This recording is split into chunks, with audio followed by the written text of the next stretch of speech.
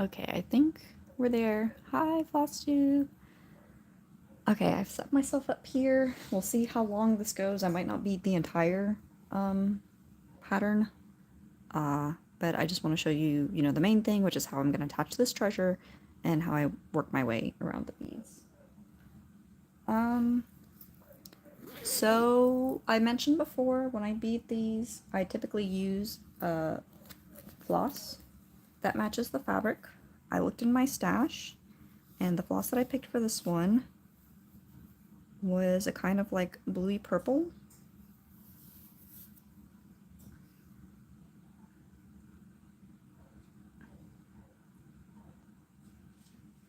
It looks a little different there, but like when I hold it up to the purple highlights here in person, it looks like it's going to match up pretty well.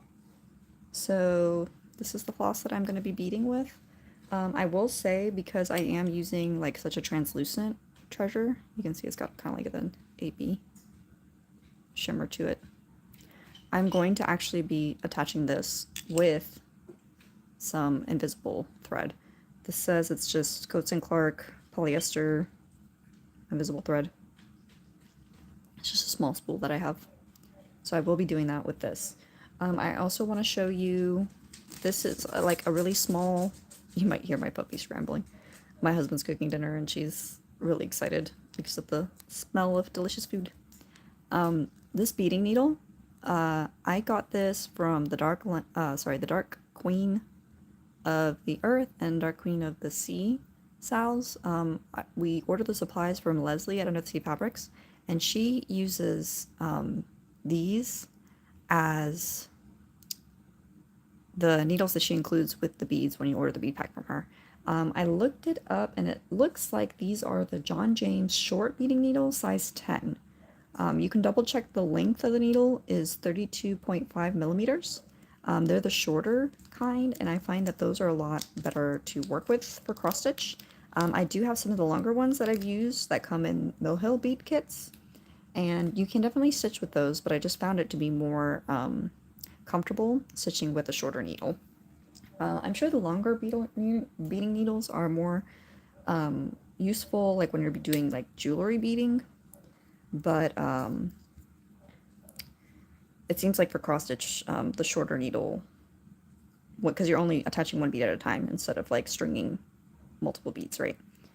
Okay, so bear with me while I try to find where this, okay, here's just where the invisible beading thread, or the invisible thread, is secured onto here. I might need the beading needle to help me get this up.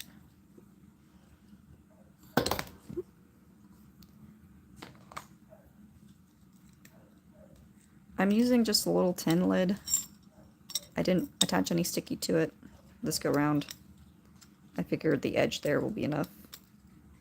Okay, if I can grab. Well, that happened. We're doing it live.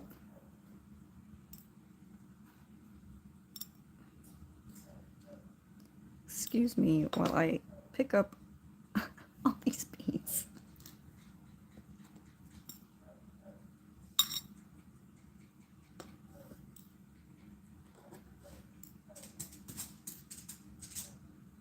Hopefully you are having a good Thursday.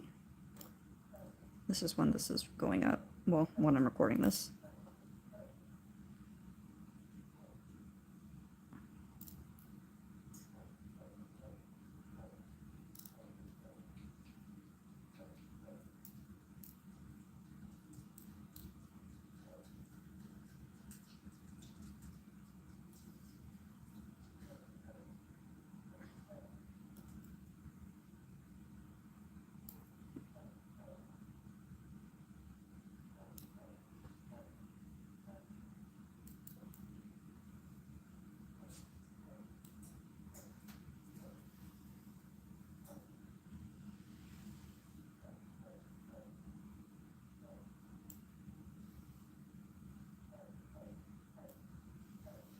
Okay, I think that's as many as we're going to pick up from near me. and I will just have to get the others that actually made it their way onto the floor later.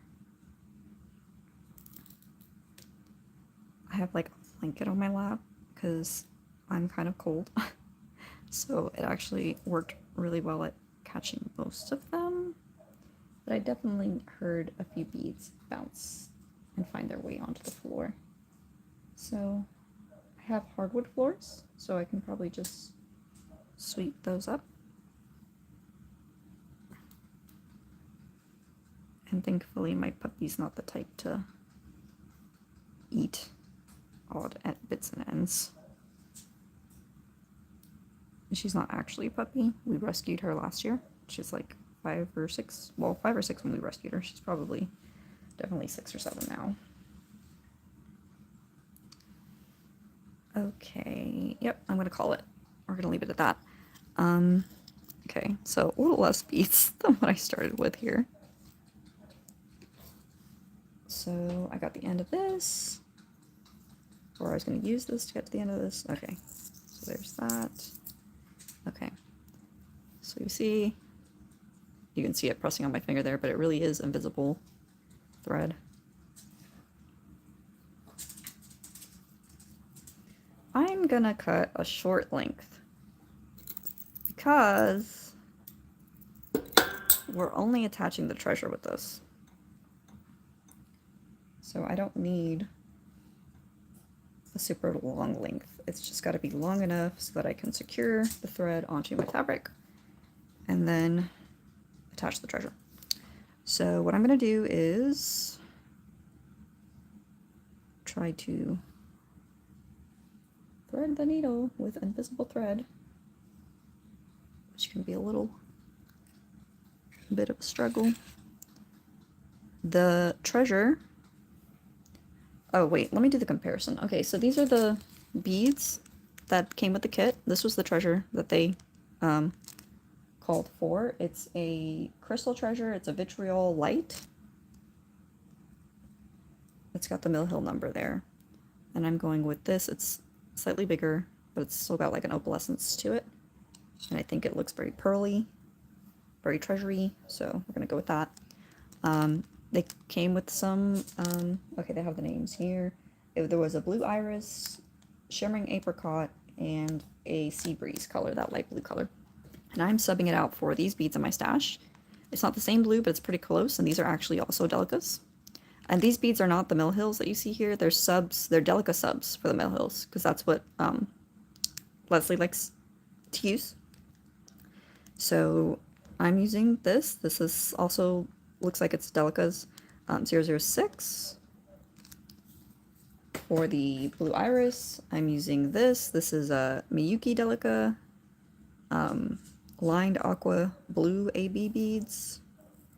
It says it's DB079.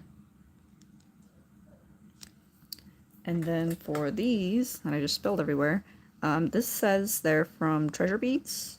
They're high quality glass beads, size 15-0, and it says that they're trans topaz luster. That's what the color says. I don't know that it has a bead code.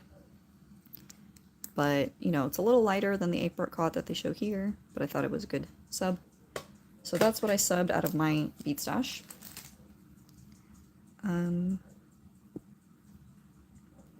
Almost thought I lost my needle. Okay, here we go. So I have it threaded. I'm holding the, you can kind of see it there, yeah. And it's, that treasure is going to go here in the center of where the, this shell is. So what I'm going to do is I'm actually going to start to the right over here. Well, actually, I'm going to start off to the side.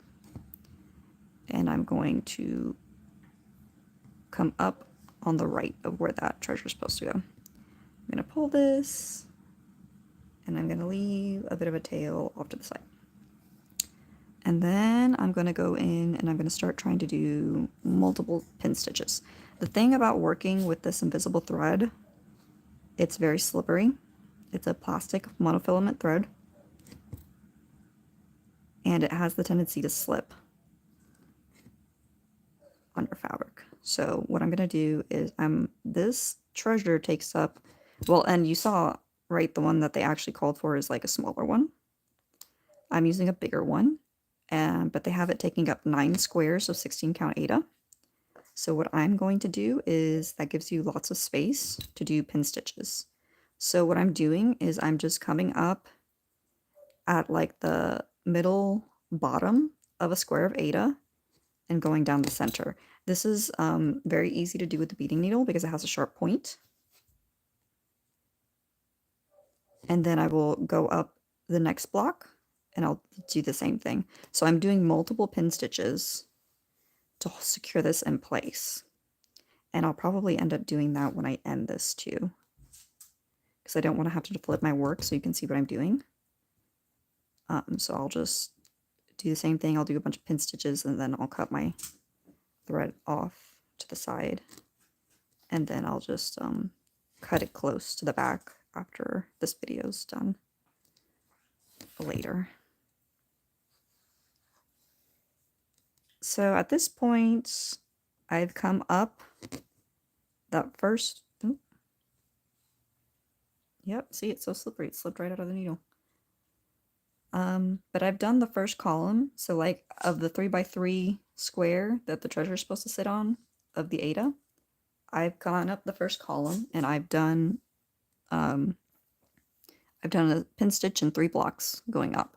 And now I'm doing a pin stitch in the very top middle block in the first row. And now I'm going up the very center of this block to where the treasure should be seated. And if I tug on this now, that is good and secure. That's not going anywhere. As slippery as this thread is, that's what you need. So we've got a good seat to our thread. And now what we're going to do is we're going to take our treasure. This one has a hole in the center here, where you see where the needle's going in.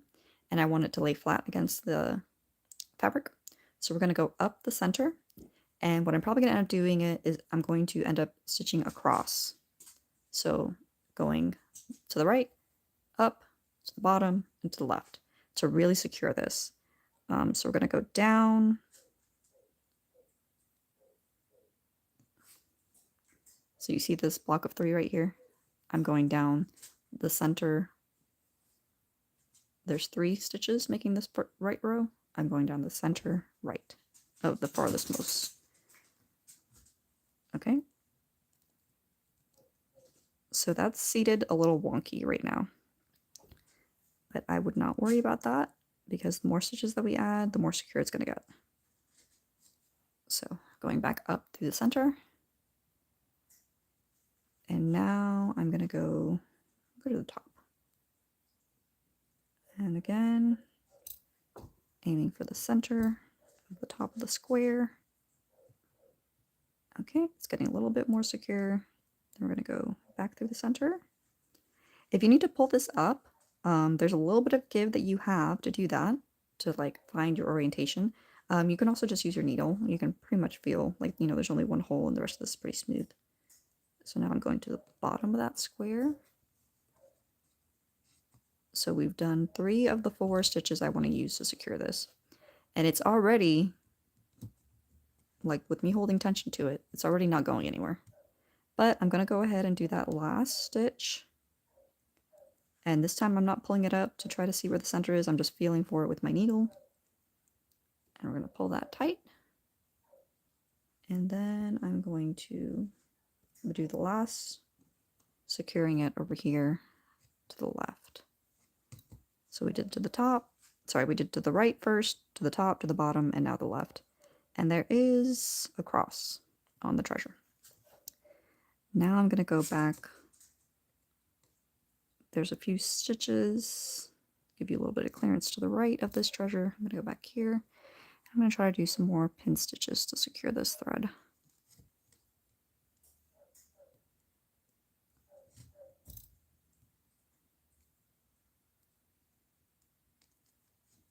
My fabric is secured in a Q-snap. That's how I've been working most of this project. I can't remember the first couple times I tried to put it in a hoop. but I really like working in Q-snaps. They really hold the tension really well. So I've done one pin stitch. I'm going to do a second one.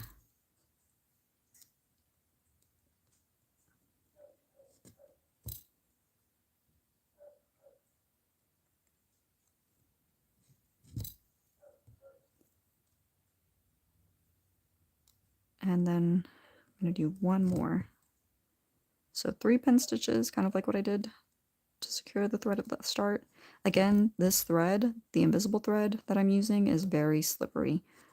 Maybe there's other options out there, but I've just found working with this, you really want to make sure, especially when it's securing a treasure like this, that you get it good and embedded in the fabric. Okay, so I feel good with that.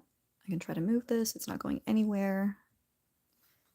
Like it where it is there. And now I'm going to snip the thread here all off to the side. And I will snip closer to the fabric, or I'll thread the loose end under my other stitches here after this is done, so I can flip this over. I'll do that later. So yeah, there we go. The treasure's on there. Not super complicated.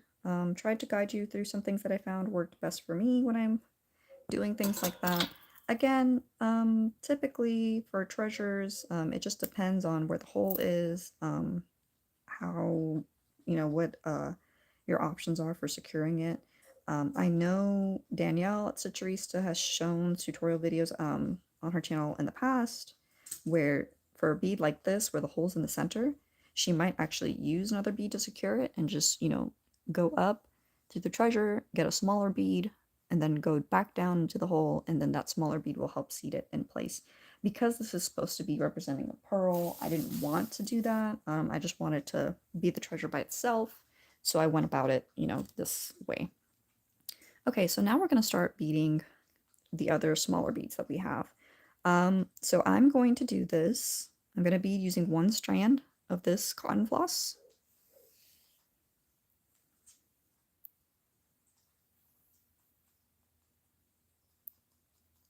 And I'm going to do something very similar to what we just saw here. I'm going to do, to start off my thread, I'm going to do a couple of pin stitches in the one block of Aida where this is supposed to be. If you're not sure what a pin stitch is, if this was your Aida square, you're going to want to come up with your needle at the center of that Aida square, go back down at the top of the square, come up with your needle at the center again, come back down to the bottom of the square, and then you'll end up with like these 2 petite stitches in the center of the block, and that's a little pin stitch. I've also seen people do a pin stitch as like a leg of the cross, of their full cross, where they go in the center and go out to one of the corners, in the center, out to the other corner, and then they have the first leg of their cross in 2 small stitches like that. And that just helps pin it to the fabric. And it's a really like small, discreet way of securing your thread. So since we started here at the shell, I'm just going to keep going there. A lot of the beads that are around this shell are these apricot, peachy colors. We have a row of 2 next to this treasure. It's like right next to it. I'm not sure I'm going to be able to fit these. I might not do those because of the way that, as big as this treasure is a bit bigger than what the called for one was. So I might just not do the 2 that are supposed to go right next to it. So I'll go to the one next to that, and there's supposed to be one right here. So I'm going to do,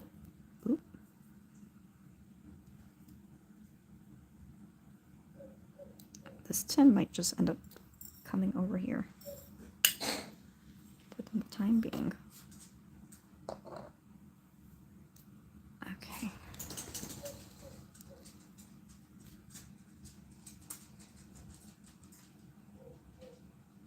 Actually, here. I'll do the leg off to the side like I did the other one, because I don't want like a tuft underneath my bead. You see that tuft at the end of the thread? I don't want that in my bead. So we'll just leave a tail off to the side. I'm coming up the center. of the Eta square,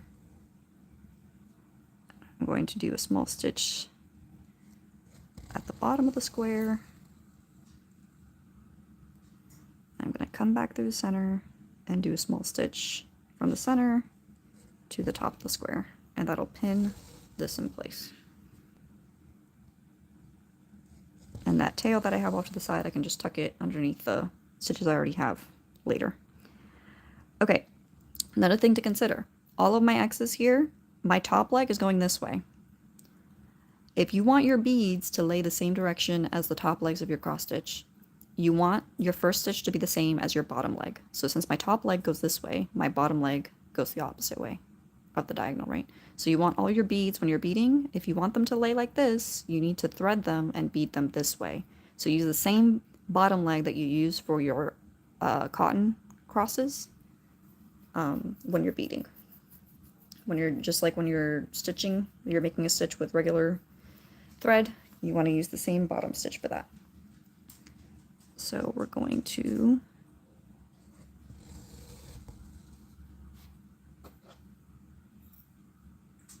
start adding beads here. Maybe, oh.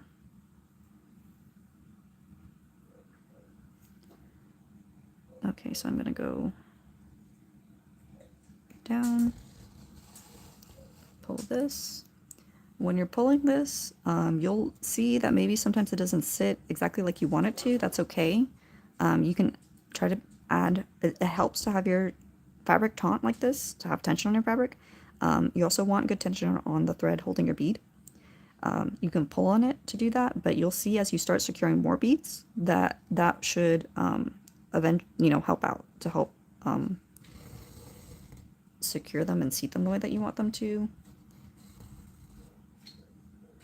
Honestly, to make this a little more user-friendly for people who are new to beading, you might want to actually have a shorter thread. I went super long. I didn't cut this down at all. That just means I might have a tendency to get knots. If you want to cut down on that, you can use patience, I guess. Just don't pass your thread through as quickly. I always seem like I'm in a hurry when I'm doing this, because I'm like at the end of the project, right? The only thing left is the beads and this is done. So I kind of want to see it finished. But if you are using a longer thread, just be aware your thread may knot up on you. I have had it be the case with some of that invisible thread before, where I've secured some of these and the invisible thread gets knotted, and it's not something that I can hide, or it's not easy for me to completely, like, I'm pretty good about getting knots out of my thread. But the problem with invisible thread is you can't really see how the knot formed to try to help you undo it, right? So it makes it kind of challenging to take care of that. So I have had struggles with using the plastic invisible thread when that happens. So I found I can get knots easier out of the cotton thread. Again, it really wouldn't be as much of a problem if I just took my time, but that's just something, a bit of forewarning that can happen if you're using a long thread to bead. Because I did get, like, it seemed like it did tangle when I initially passed it through. Now it's not so bad, so maybe the fact that I'm actually taking some of the advice I'm giving you and slowing down is helping.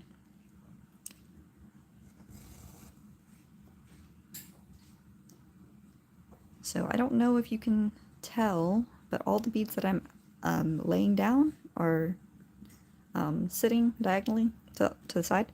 I've heard different points of view about that. Some people say that it's better if you bead that way because it helps the beads shine more because they're off to at an angle, so the light catches it a different way than if you just tried to stitch them with a full cross. Like if you give it a second pass and do a full cross on your bead, which can make it lie like up and down. Honestly, it's your personal preference. I will say, if you've never beaded before, the way that I learned how to bead a lot of the things that I bead now, it was from Mill Hill kits. The beaded mill hill kits, I found I kind of thrifted some, and the ones that I thrifted, they came from, well, some of them were Christmas ornaments, and some of them were Halloween ornaments. Some of them were completely beaded.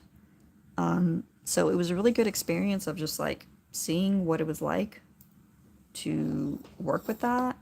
And I just, got to practice on a lot of those, and kind of get my rhythm for what I enjoy doing. So, I mean, just try it out. That's how I would recommend, if you've never done this before, to go ahead and try it out. Is because the Mill Hill kits, they give you everything that you need, right? It's got the beads, it's got the pattern, it's got instructions for how to do it, and they also give you different ways of beading it. I know there was like a little Christmas Mill Hill kit that I did, and it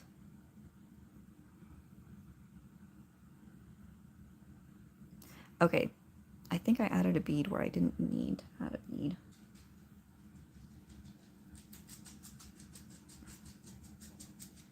Yep, okay. It looks a little busy here, so this is another thing about beading. If you need to undo something, it's fairly simple. Just put your needle through the bead. Make sure you don't catch your thread with a needle, of course. But you can just pull it out like that. I think I got a little bead happy. And of course, don't go too fast, because if you go too fast, like I just said before, because my thread is so long, the potential for knotting is there. Okay, so let me see. Let me actually start marking off what I'm doing here. I have the pattern in Pattern Keeper off to the side. So I've got this one in, I got these two. Did I mess up all the way? I might have messed up all the way back here. Okay. Hello, puppy. My puppy's looking at me expectantly. My husband is cooking something delicious, as he typically does, and it smells delicious, and she can smell it. And she wants to know when she can have a piece.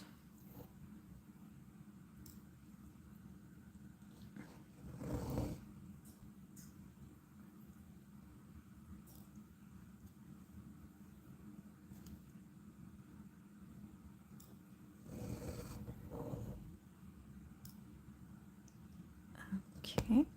Oop.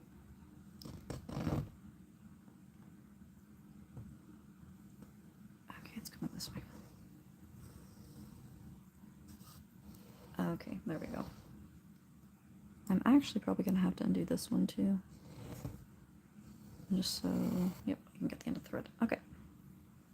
Take two.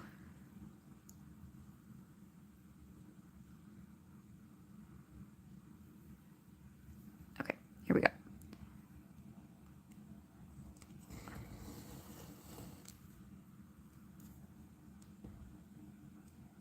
Okay, we got that there. And then we're gonna go here.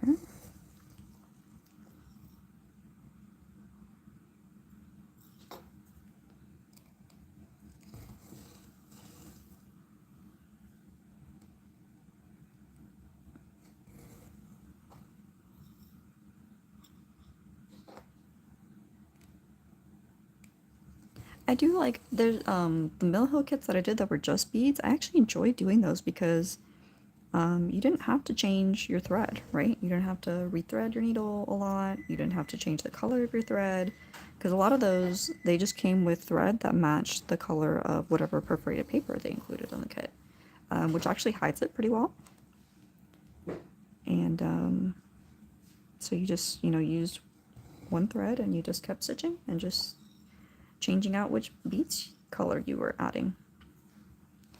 So it made it go actually pretty fast. So that's like a really nice way to stitch ornaments. I've done beaded ornaments like that, Christmas ornaments for my family and my friends. There's also one beaded Mill Hill ornament that I do every year as ornaments for my coworkers. It uses a combination of seed beads and bugle beads. And I guess I could film that this year. I just used the same Mill Hill pattern because, you know, bugle beads, seed beads, you can get that anywhere. I will say I would caution you from just getting any old seed beads from Walmart. The Mill Hill beads, they're not the most perfect beads, right? I mean, there's a reason that Leslie likes to sub out with delicas. Delicas are like top tier, beautiful beading experience.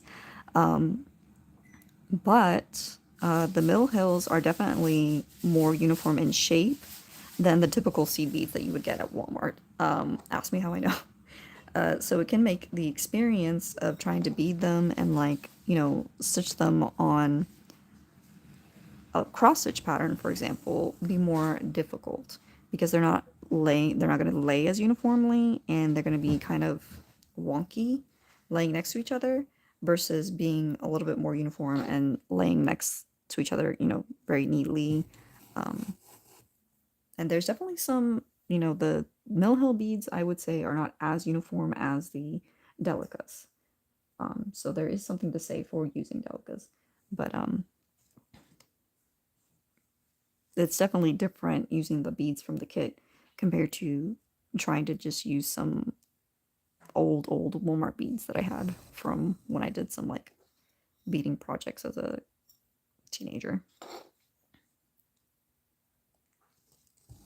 And I think at this point, I got to a point where I just got rid of all the remaining bead stuff I had for that. I wasn't really going to use it for something else, and I really wanted like a better quality bead. Now, a lot of the beads that I do get, I can't tell you that I order them from anywhere specific. Like I said, the beads that I have that are from the bead pack, I bought from a kit from Leslie at Under the Sea Fabrics. Um, and the other ones that I got from my stash, I actually got them from a craft thrift store. So I didn't buy them from explicit. And I think the craft thrift store got it donated from the bead shop, but I don't think that that shop's in business anymore. So I can't necessarily advertise them. I think I've heard from other floss tubers that they've used Fire Mountain Crafts or Fire Mountain Beads. If you Google Fire Mountain and then beads, the website will come up. They have a large variety of beads, and they do have like treasures like this and different things that you can look for. I will say, I think, and this is not something I'm very knowledgeable about, but it seems like there was a shift in the past year or a few years that the Mill Hill, or not Mill Hill, but like the Swarovski treasures are not necessarily available as they used to be, especially for stitchers. Like I think they're still available for like if you use them for decorating nails. You know, Swarovski made different crystal varieties for different applications. Um, and it doesn't seem like they're as available anymore. But I think the last time I was on Fire Mountain's site, just looking right at what they had to offer, they had like a different, like a Preciosa bead brand, and they also have crystal treasures. So if you were looking to sub out your beads that might be called for in like a Mirabilia design or another cross stitch design, you can go on there and see what they have. Um, I'm not sure if Delica has a version of bead treasures, but I know that there's other places that sell, you know, things that are you could sub for some of the Mill Hill treasures. I know a lot of people order their supplies from 123 Stitch, and sometimes they don't always have things in stock. So that might be if you want to, you know, start a project right away, or maybe you finish the project and you've just been waiting for beads this whole time, and you don't want to wait until they have it back in stock, then that could be an option. You can look at other suppliers for those.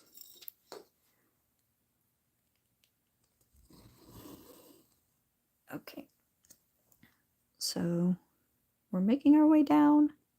These look so pretty, and I'm actually glad because I think the other beads that I have are not this size. These are 15-0, so there's a little smaller than what would be typically called for, but it's working out really nicely.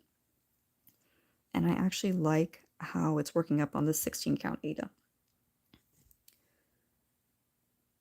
So just orienting myself back to my pattern. We'll jump across to here. I'm not too scared about jumping with my floss on here. I'm using a single thread of cotton floss to bead these. I'm just doing a half cross. As long as it's not a big jump, you won't get too much slack. You don't want too much slack because it could make your beads a little flimsy or, you know, not as firmly secured to the fabric. You see, I'm getting in a hurry and I just made a knot here. But I will say, if you did want to, I'm notorious for not wanting to like start a new needle. That's the whole reason why I'm forcing, well, not forcing, but why I'm in this situation where I'm using a long length of needle, or a thread, sorry, and I'm getting knots because I might have to cut that out. Yeah, we're gonna go that route. Just to save time.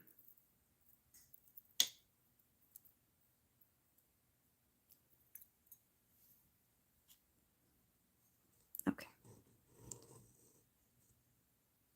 We'll just save that piece for next time.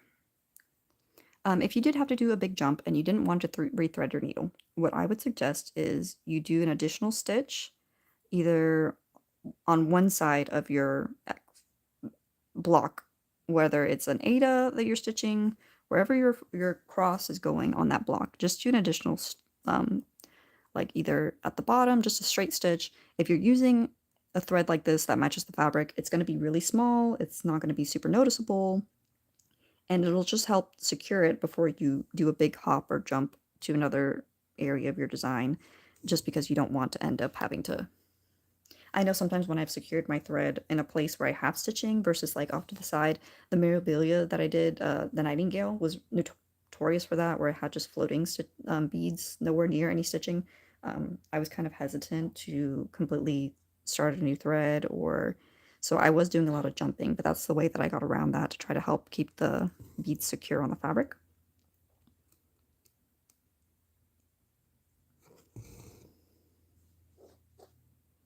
And if you're using a single thread that matches the fabric, again, it's not going to be noticeable. It's going to be pretty well hidden, and your beads are already kind of laying on top of it, so.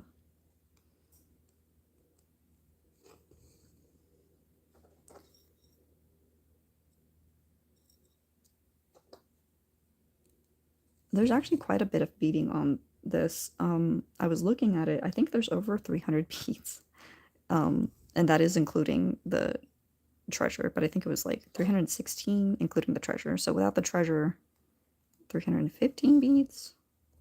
I eliminated 2 because they were really close to where the treasure is, and the treasure that I chose to sub from my stash is actually a little bigger than the called for. So there was like 2 beads that were supposed to be sitting right next to it. I eliminated those. So I still have 313 beads total that are going to be going into this project. But she's definitely going to be sparkly, and she's going to be super pretty. I'm really interested in where the dark blue iris beads go, because they're like the darkest bead that's called for, and I'm interested if it's going to be like in the tail or something. Is it going to be off to the edges, or are they going to make it like a contrasting thing? I haven't really looked at the pattern to see one way or the other.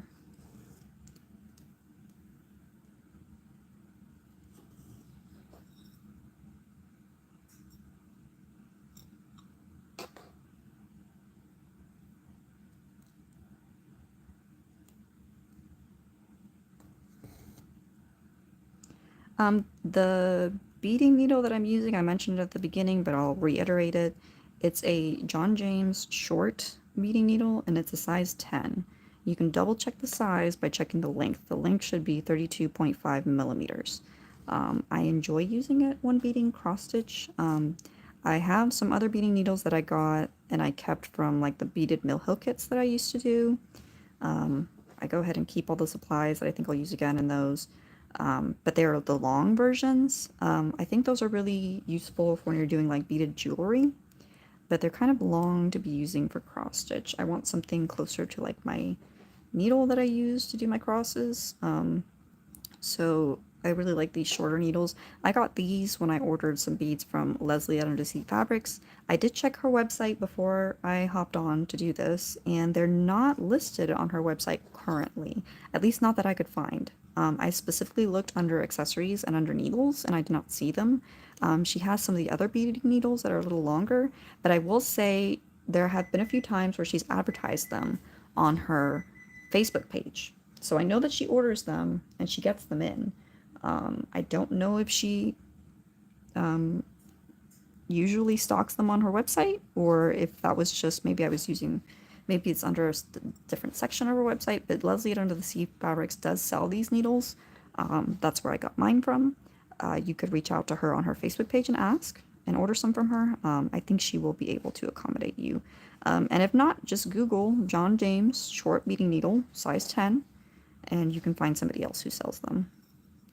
But of the needles that I have tried stitching with, this is my preferred one. I'm sure once I finally break it or do something to, maybe it'll get tarnished eventually and then I'll have to buy some. Okay, so we're doing some jumps here. This isn't too far that I'm concerned, but we're getting, well, it's gonna go back to stitching. We'll see. Okay, so we have 2 there, 1 there. Come back here. That doesn't look like it's in the right spot.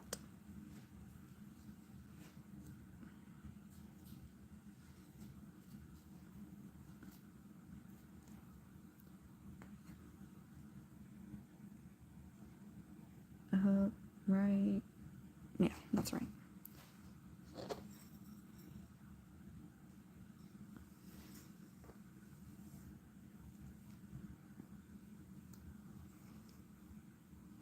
And you see I'm just securing it with half across and I'm using a single thread. We're getting close to the end of our thread, so yeah, I might do a couple more beads and then we'll finish this off and start a different one. I might go to a different area so we can see some of the other colors.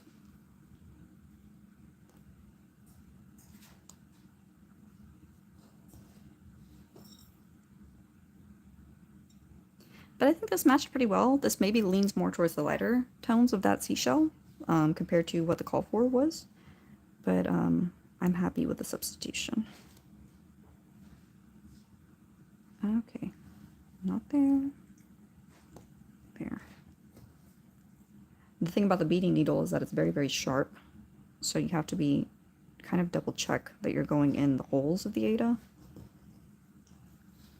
instead of splitting a thread to make sure your bead lays where you want it to go. Okay. Yeah, I think I'm going to tie this off. It's getting a little shorter than I want to work with. Okay, so what we're going to do is the next block that the next bead's going to go on is over here. I'm actually going to pin stitch this on that block because I know that the bead will cover it. So we're going to go up at the top of that area square and go down the center. And then we're going to go to the bottom of that Ada square, come up, and go down the center again. I'm going to repeat that one more time.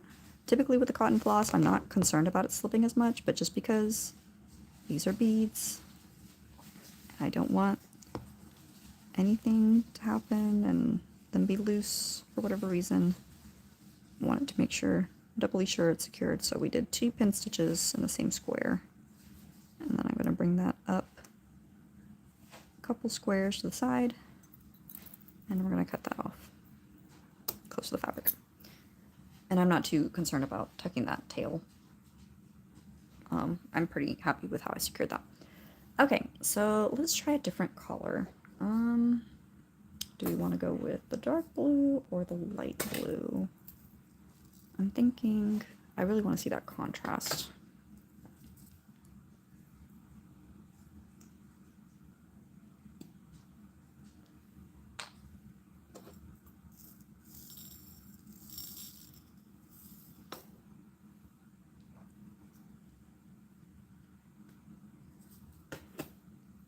So I'm going to thread another strand.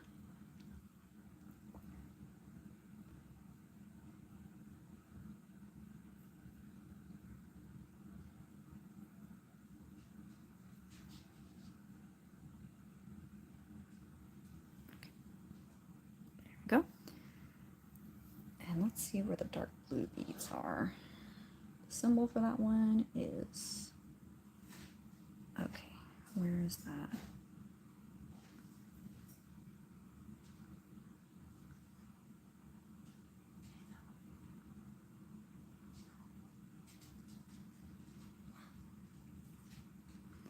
I hope this setup is a little bit better than how I set up my last bead with me. Oh, okay.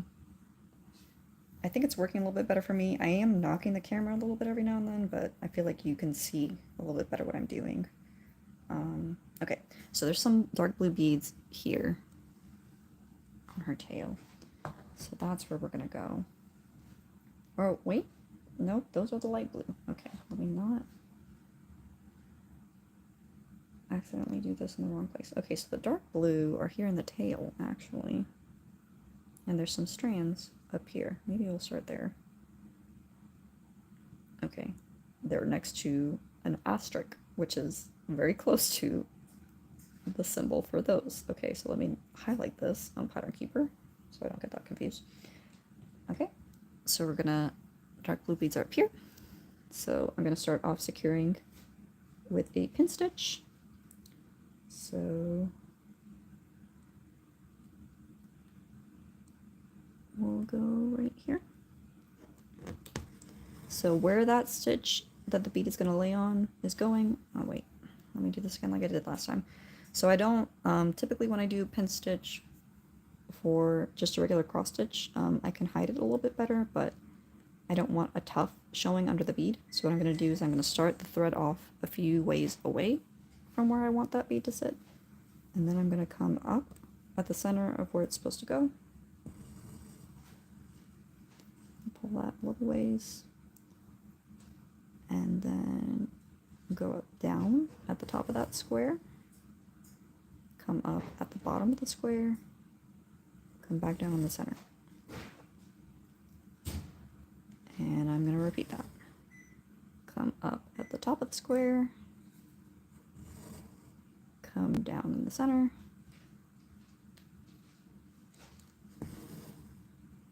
Come up at the bottom. Back down through the center. And we have just done 2 pin stitches. And you see I'm pulling on that thread, it's not going anywhere. That's what we want.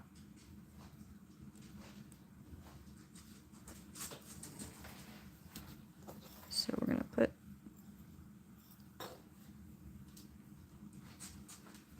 I have a bead on here.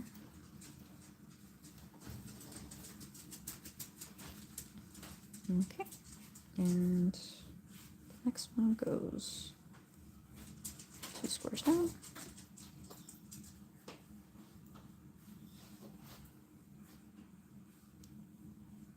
And I'm just doing this with a half cross. I'm using the same direction as I would for the bottom leg of my full cross, so that the beads end up laying the same direction as my top leg would.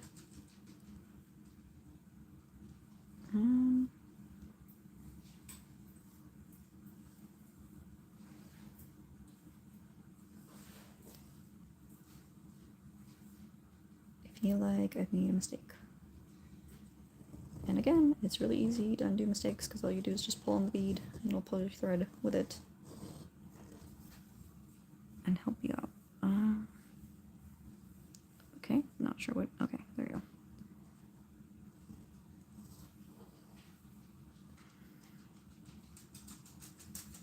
Put that in the wrong space. I go one down one more square. Let me rethread this.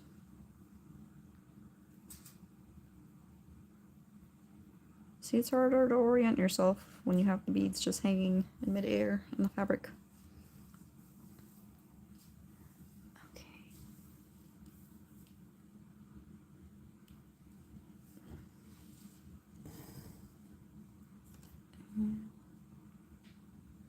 Okay, that is definitely in the right places.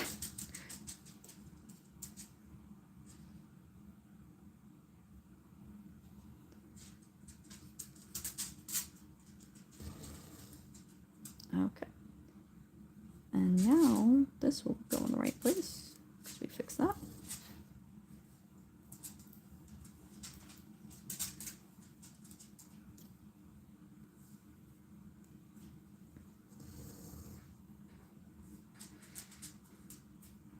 See, the substitution beads that I picked, they're very similar to the color that it was called for.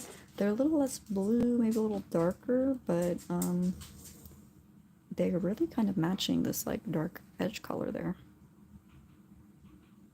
So I think it's a good choice.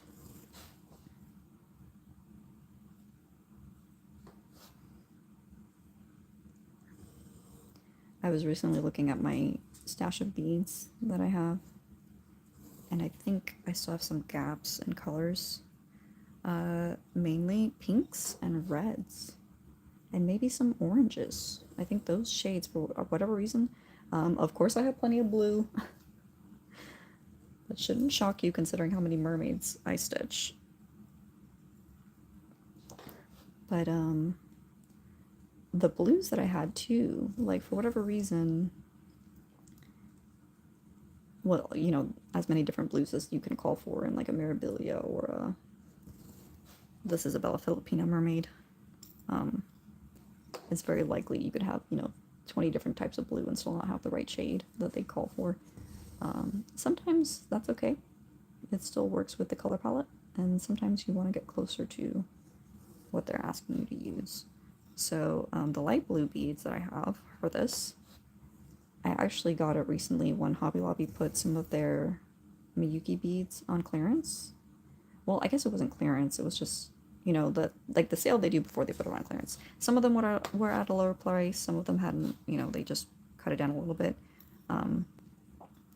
But it was still like a better deal than the 50% off sale.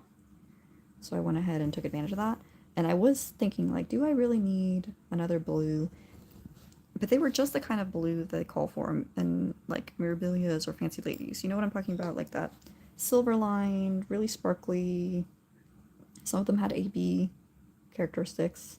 Like the light blue that I substitute has like an AB shine to it. So I was like, well, I'm pretty sure I'll find a use for it, you know, even if I do have a blue that's similar, like it might not have that AB shine to it. And when I actually took it home and compared it, I don't think I had a blue that was like that. So it was good that I did pick up.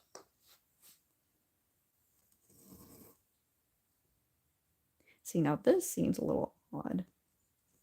I'm gonna double check. No, that's right. I guess it's less part of the bubble and more just part of the beads that are coming off the tail. Because I was like, that really doesn't look like a bubble color. And, well, I mean, I say that, and these bubbles are orange. Or peachy. Apricot-y. I don't know if that's necessarily a bubble color either. Or typical bubbles.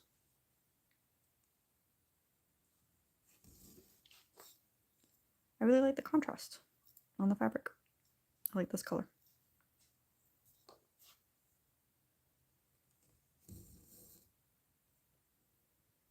I've seen people who convert full cross stitch charts into just beads.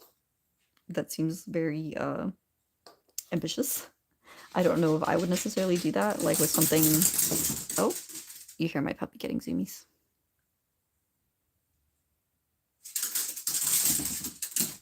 Oh my goodness. All the zoomies. All the zoomies. I know, the food smells delicious. I'm surprised she hasn't started hassling me yet. She's like, I know you smell that. Convince him. Convince him to give me the human food. If you just jumped in, my husband's cooking. And my puppy can smell it.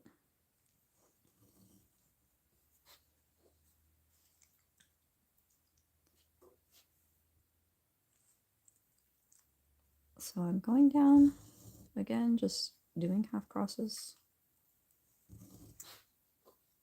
This is gonna look so sparkly when it's all said and done. I don't know if I'll get this all done tonight, but it's probably not all gonna be on this live stream. Probably gonna have to take a break for dinner, but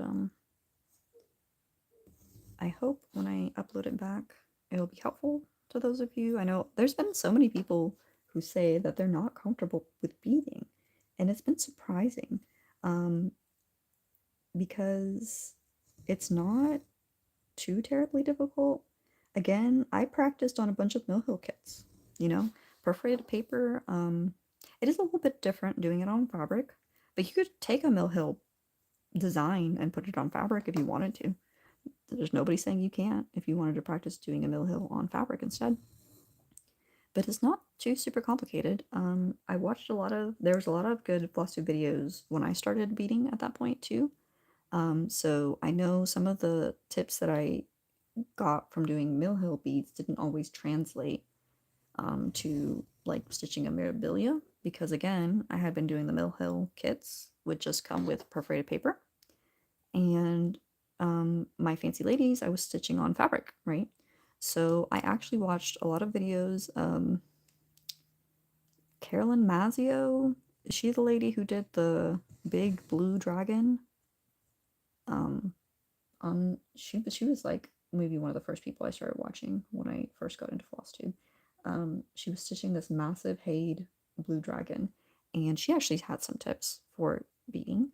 I also watched Danielle at Stitcherista. She had some tips on adding treasures and beading and doing different things like that. Danielle's actually stitched a lot of the fancy ladies. She actually, I think she said, she's mentioned this a couple times on her channel, that she sold them at one point to like make money because she didn't have, she was just trying to like scrounge up funds or whatever. And I mean, like, you hear that now and you're like, I would never. But I mean, you know, I'm not super attached to my finishes. I like the process of doing it. But if you put a lot of work and time into it, like the Angel of Love, the lavender and lace that I did, I don't know if I would want that going to somebody else other than my sister, because I did put a lot of work into that, and it did take quite a bit of time. It was a labor of love.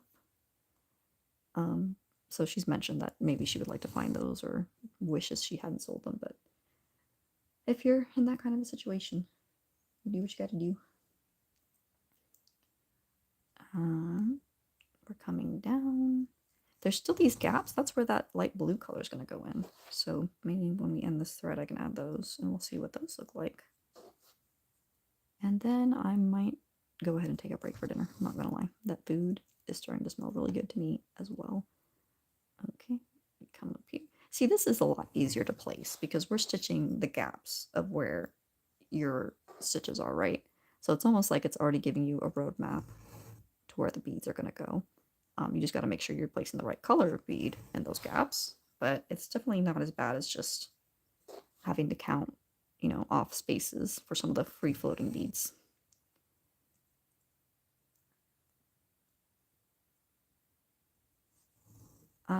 Some other tips. I'm jumping across not long distances here, you know, just 1 or 2 stitches, but when I'm doing my leg, I'm stitching the diagonal this way, right?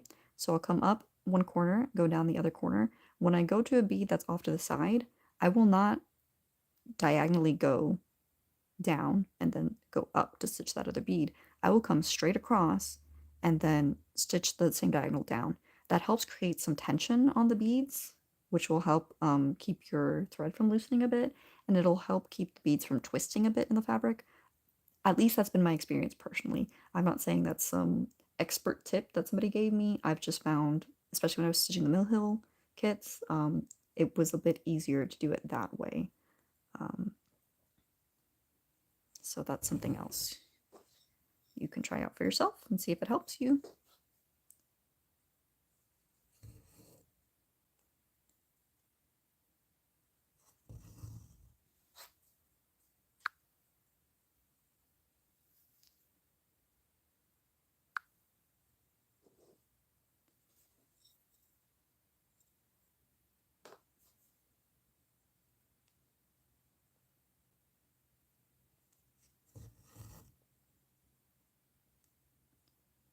Now I'm having to check to make sure these are still the right color. I think so. I don't think I've made any serious errors other than the first placement when it was free floating.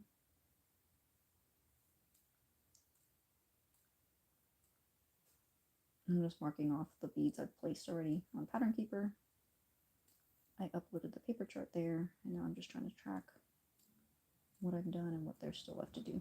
Obviously the gaps it's easy to keep track of, right? But some of the free floating ones you really do want to make sure you track which ones you've already done and which ones you still have left to do.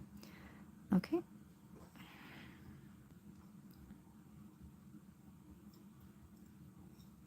Keep going down the tail.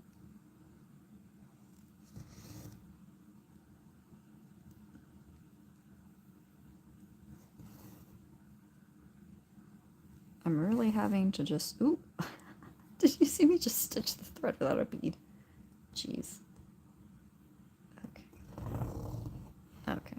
Rethread our needle.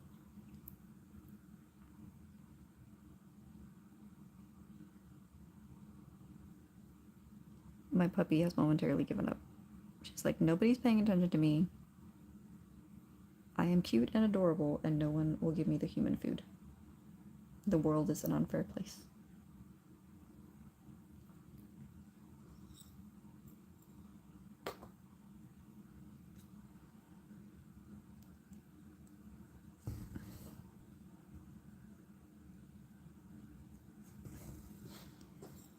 Any of you narrate for your pets? Me and my husband do that all the time with our dog. We'll just randomly say, just be her voice. Add some more beads to my 10. Just try not to add as many, considering if you missed the beginning of this live stream, I just chucked a whole bunch of beads into my lap. I'm sure I have to go back and sweep up some from the floor that I didn't get. Okay.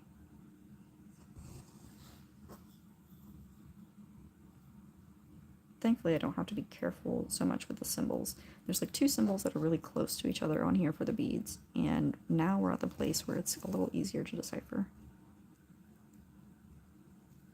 Because if you're looking at an asterisk and then this symbol, it's very close. But the other symbol is like a circle, so it's pretty easy to note the difference on the pattern. I'm being really careful to go through the 8 holes. This is a very sharp needle, and it's very easy to pierce and not have it sit where you want it to sit.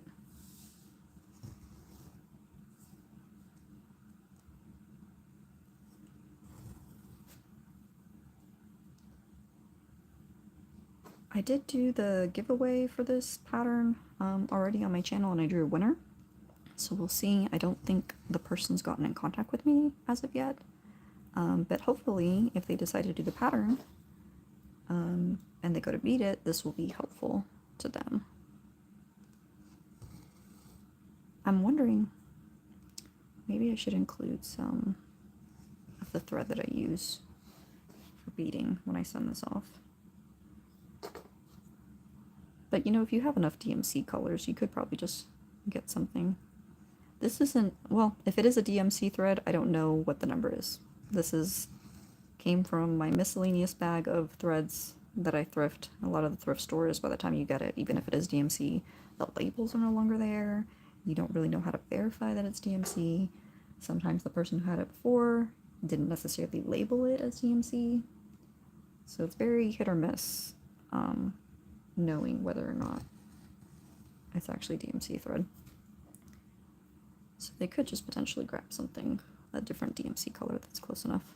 Or they might choose to do it in something else, so just leave the choice up to them. But I might, I don't know. I don't know that I would necessarily advertise using that invisible thread that I used at the beginning to secure that treasure. It's not the nicest thing to stitch with. It does the job. If you want, you know, an invisible, right, this is a kind of a clear treasure there. If you want it to be completely invisible where you can't see it even if you're really close. Or it's difficult to see even if you're really up close. It definitely does the job.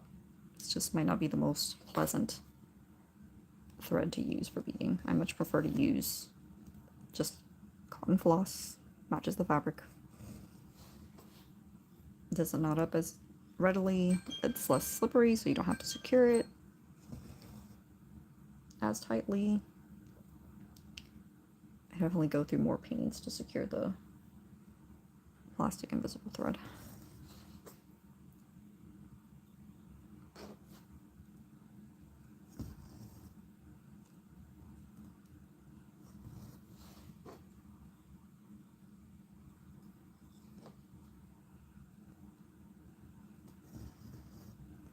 So I think this might be like the second, or maybe the third. I feel like I did a live where I was framing a cross stitch, and I did a live where I was beading, which was kind of, I don't know, I don't think it was as good of a vantage point as this was. So this is my third one. I've done all of them on my phone, and the way that I have it set up, I can't really see comments. If they are popping up, I'm not seeing them. So maybe I need to Google some ways of doing it on the computer somehow so that I can actually see comments and interact that way. I don't know if there's a way to do that on your phone. If anybody's there watching or watching this back and has any suggestions, I'm open to hearing those, using that. I'd like to be able to, you know, if I'm doing something that's meant to be a tutorial, I would like it to be something where I can actually answer questions that anybody might have while I'm doing this.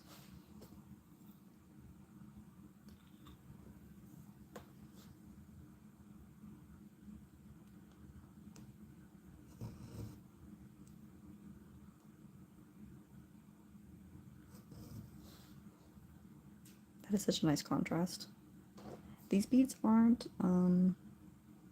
exactly the same as what they called for, but they do have like a AB shimmer to them, almost. It's like that slick oil multicolor film. So it's like doing a color shift from like blues to greens to purples. Looks pretty.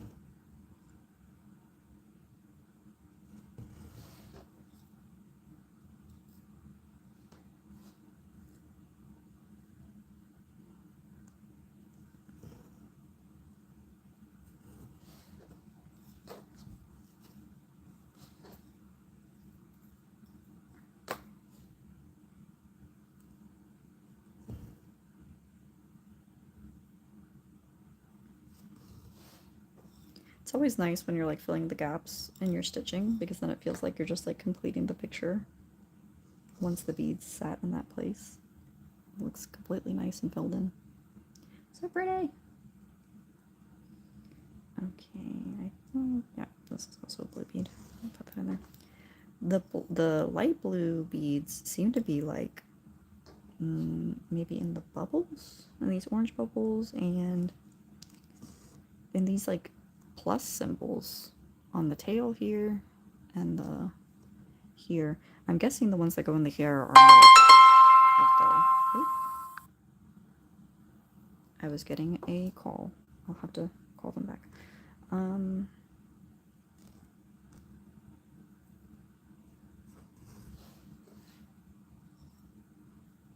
But yeah, they're like plus symbols. And I'm thinking the ones in the hair are the apricot beads.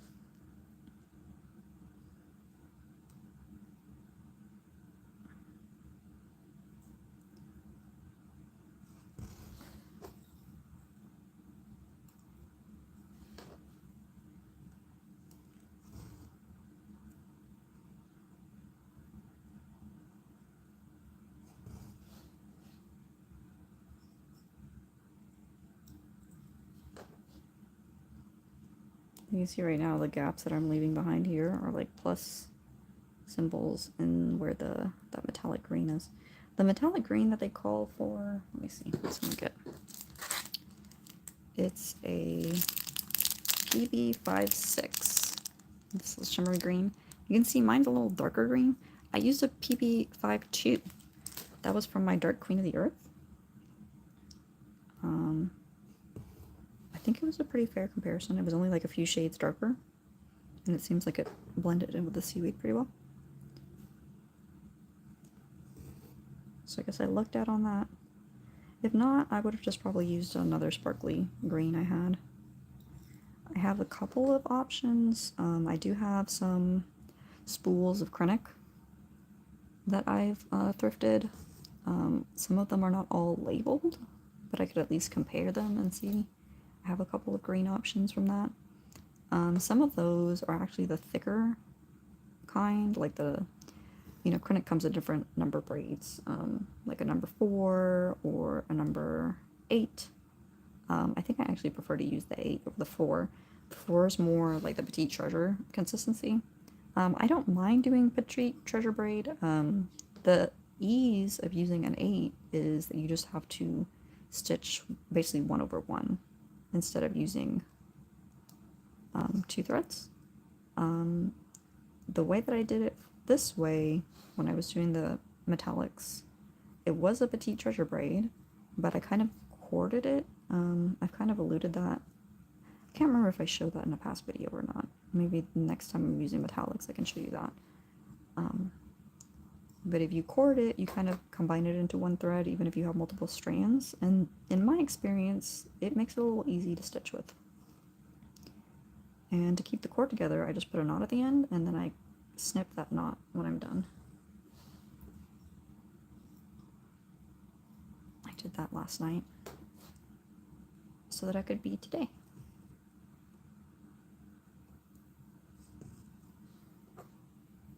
We're getting close to the end of this thread, so probably going to do this last bead and finish it off.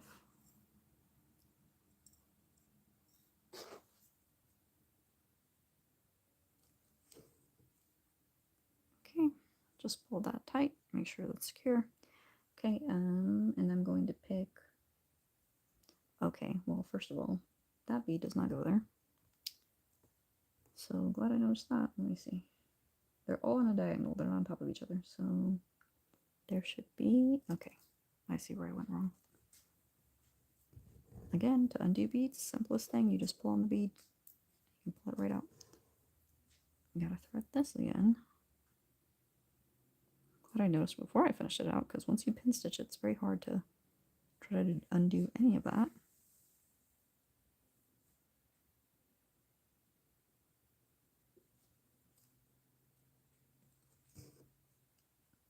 So maybe that's another tip. Make sure your beads are placed where you need them before you finish up your thread. Save yourself some headache.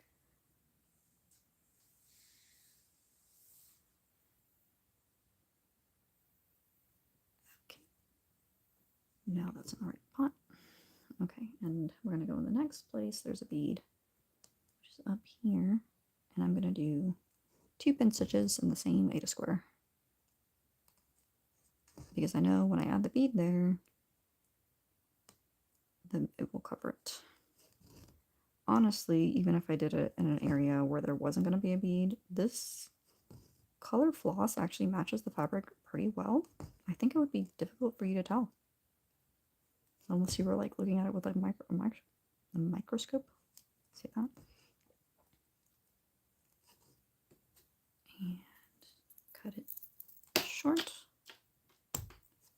And that's finished there. Okay. We're gonna do a shorter strand so I can show you what the blue beads look like, and then I'm probably gonna call it for this live. If I went through something and you have any questions about it, let me know. I can always do another one, or maybe just do like a short video giving some details about anything that I mentioned here. This is actually going to be a pretty long video, so Feel free to watch it on double speed if you're trying to watch it from the beginning. I went through a couple things. I went through how to attach this treasure. I went through the beading needle that I'm using. And I went through some of the different things I'm thinking about when I'm stitching this. Okay, so we're gonna go, I guess we can stay at the tail because there's actually light blue beads here. So these pluses that I was talking about, those are where the light blue beads are gonna go. And the beads that I'm using are this Miyuki 11-0 Delica. You can see they're like a lined aqua blue baby bead. So they're gonna have a nice sheen to them.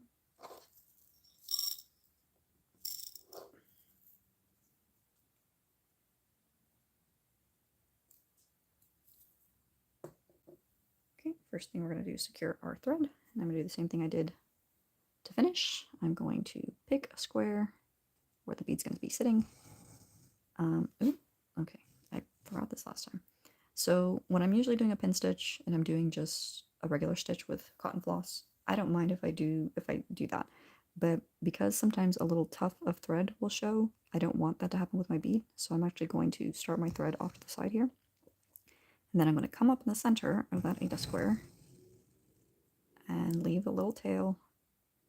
I'm going to go down at the top of the square and then come up at the bottom of that Ada square. Come down at the center of that square, and I'm going to repeat that. So we're going to come up at the top this time, go down the center, come up the bottom, and go down the center. So I basically just did 2 pin stitches basically on top of each other to help secure that thread. And if I pull on it, I'm shaking my tripod and the table, but I'm not taking it out. So that's what we want. We want it to be nice and secure. And then I'm going to come up and stitch my bead like I'm stitching the bottom leg of my cross. So for my crosses, my top leg goes this way, bottom leg goes this way. For you, it might be the opposite. Just make sure when you're stitching them, do it the same way you would do your bottom leg. I'm stitching my beads at an angle, so they're laying diagonally. There are some people who like to stitch it with a full cross. If you do that, your bead will lay up and down. Some people like that. Like I said, I would recommend buying some Mill Hill kits. There has been kits I have had that show them both ways, where they tell you to stitch some of the beads laying diagonally, and they tell you to stitch some of the beads with a full cross.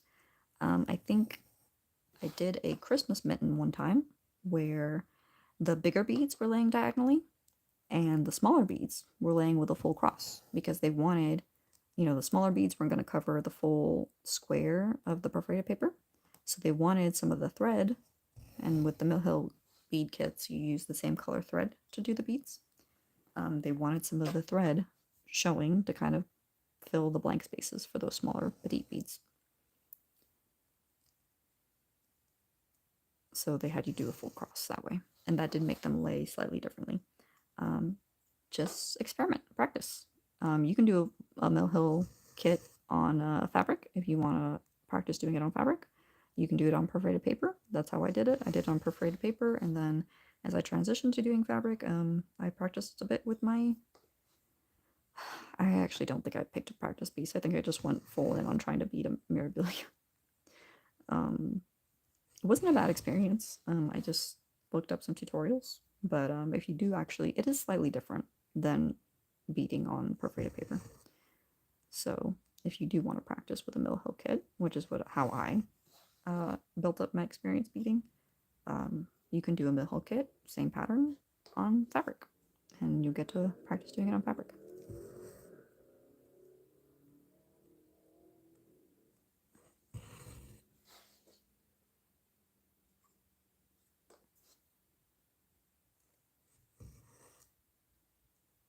So I've added 2 pluses. And it actually blends in really nicely with the other. You know, the beads are a little light blue, but this inner color is like a turquoisey green.